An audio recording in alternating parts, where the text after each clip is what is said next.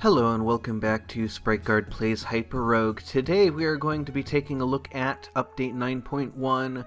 We have a new Halloween mode, and so I have ended the series that we started a little while last week, I guess. It ended up actually dying kind of on its own in a pretty disappointing way. I didn't record properly, and so that was not the ending that I wanted, but it's going to take me a while to get back on my feet. So let's take a look at Halloween mode. We're playing on the surface of a sphere. I'm currently using kind of the most aggressive projection. We have the orthographic projection, which lets us see kind of the way that we would expect to see it. It's really as if we were looking at the surface of a sphere. And of course we're being attacked by witches and the undead and Halloween-y things, and we're walking around on a jack-o'-lantern. So the number 2 view, and one of the big updates is that you can press the number keys to switch between views.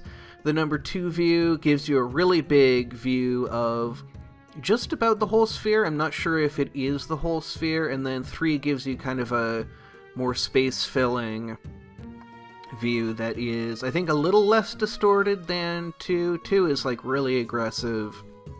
But it lets you see the most, and so it's kind of the best for playing this mode.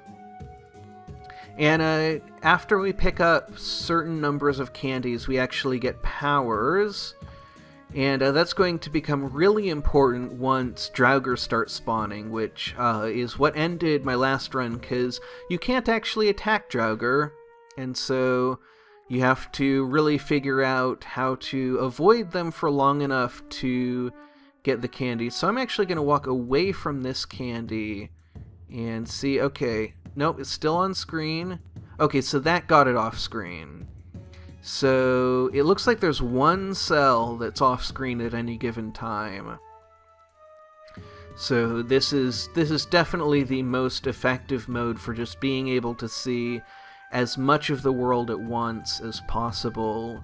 Let's make sure we can attack that guy, because you have to move it away to attack them. So here are the skeletons. We have to knock them into pits. Let's see, how are we going to do that? There we go. And we've got a demon on our case. Now, demons, we had a lot of experience fighting them in a recent episode when we did the Yender Quest in Hell. Let's see, so we have some thyme, some shell, and some thorns. And one of the things that I've kind of been working on, I did play a little bit of this Halloween mode a little while ago, is focusing on knowing when to kind of move up against, cozy up to demons. Because they have that 2-beat movement. There's that skeleton taken care of, so you can just move up against them and attack them really directly that way. Let's see, where do I want you to go? There we go, that's good. And there's the next candy. And we've got a lot of stuff spawning. So the vampire bat, as far as I can tell, it doesn't move. Okay, so it does move, but it looks like it moves quite slowly. Yeah, it moves, I think, on a 3-beat. But if it attacks us, oh dear. Let's see. And unfortunately, it doesn't seem to be telling us their timings. They will actually drain our powers. And so we want to try and avoid them, but it looks like we're not going to be able to do that. And want to deal with that witch. Oh, they're draining my powers from over there. Okay.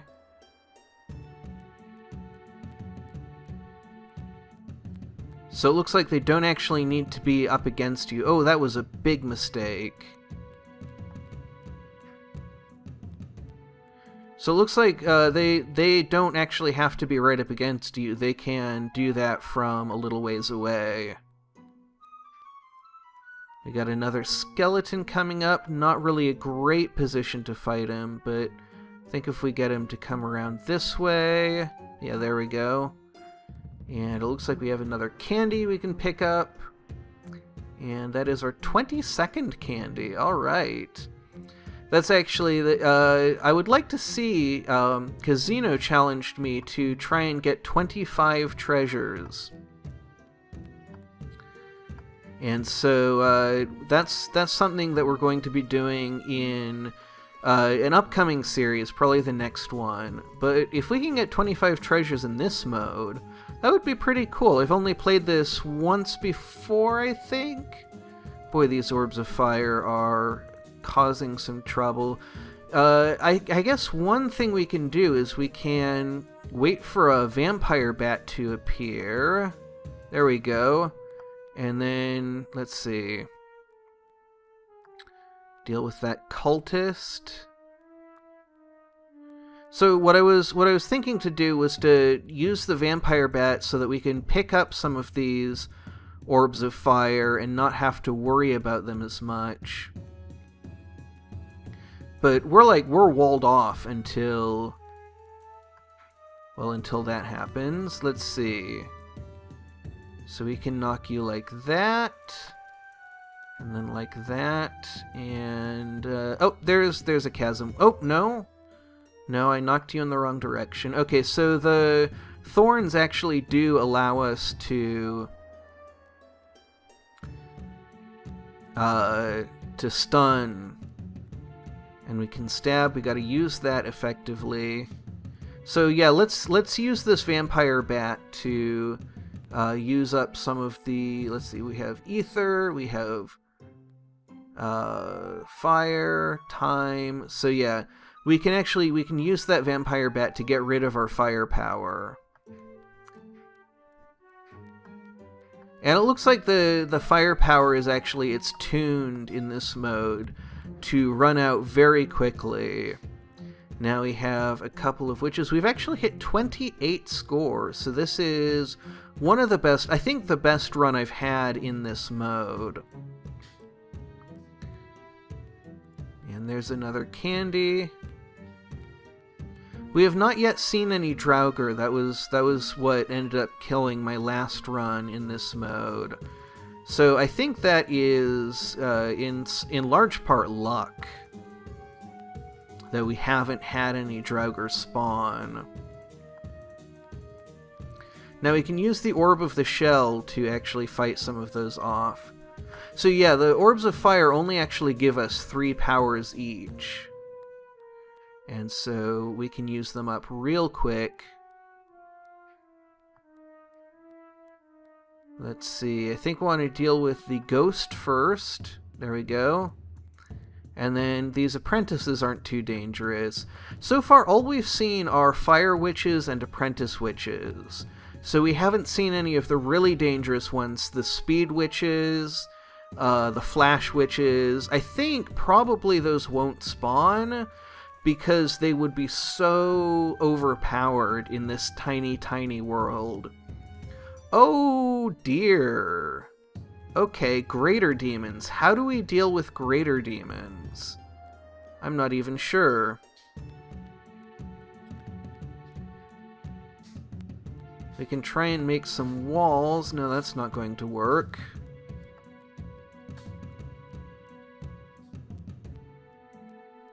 I guess we just have to avoid it. There's another vampire bat we gotta deal with. And then this fire witch. And the fires last 9 turns, which is not too great. So there we can make a wall. Nope, not quite. Never mind. But we can get to that candy now, which is pretty good. Now I just want to deal with this witch and then this zombie, and let's see, we can get to another candy. And we've got a couple more witches. It looks like we're getting pretty close to the end here. And we lost, I think, quite a lot of shell there. Oh, we have Orb of Ether. We can actually go through the holes with that. And the time power that we're getting is going to help with that. Oh, wow, that's a lot of stuff that just spawned.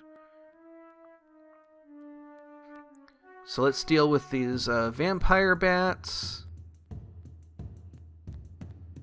Deal with that witch. Now we're going to have to wait for these fires. And it looks like we may be at the end of the line. We have 2... Oh, we can use, actually, the ether to go through that fire. And then we gotta kill that bat. And then, let's see, we have 57 shell left. And now we have a magic sword. Ah, the magic sword does not kill demons. Okay.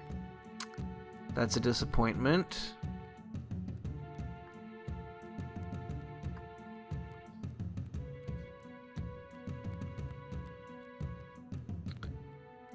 Let's see. You'll need your magical sword against the Draugr. The tasty treat increases your protection. So, okay, so we don't have a magic sword now. So what are we going to do? We basically have 2 invulnerable monsters after us. We've got a certain amount of shell that's going to protect us, but who knows when the candy is going to give us our sword back. And we can't use thorns to fight the Draugr, and that's game over. So that was pretty cool. So we're going to start the next series this week as well. We're going to be doing 25 treasure challenges. That was something suggested, I believe, by Xeno himself, as a challenge that the game is balanced around to make it. You have to have some good luck and have a mastery of each land. So we're going to be looking at the lands where that's easy, the land where that's a challenge, and then lands where that is just completely impossible. So until then, thank you very much for watching, and have a great rest of your day.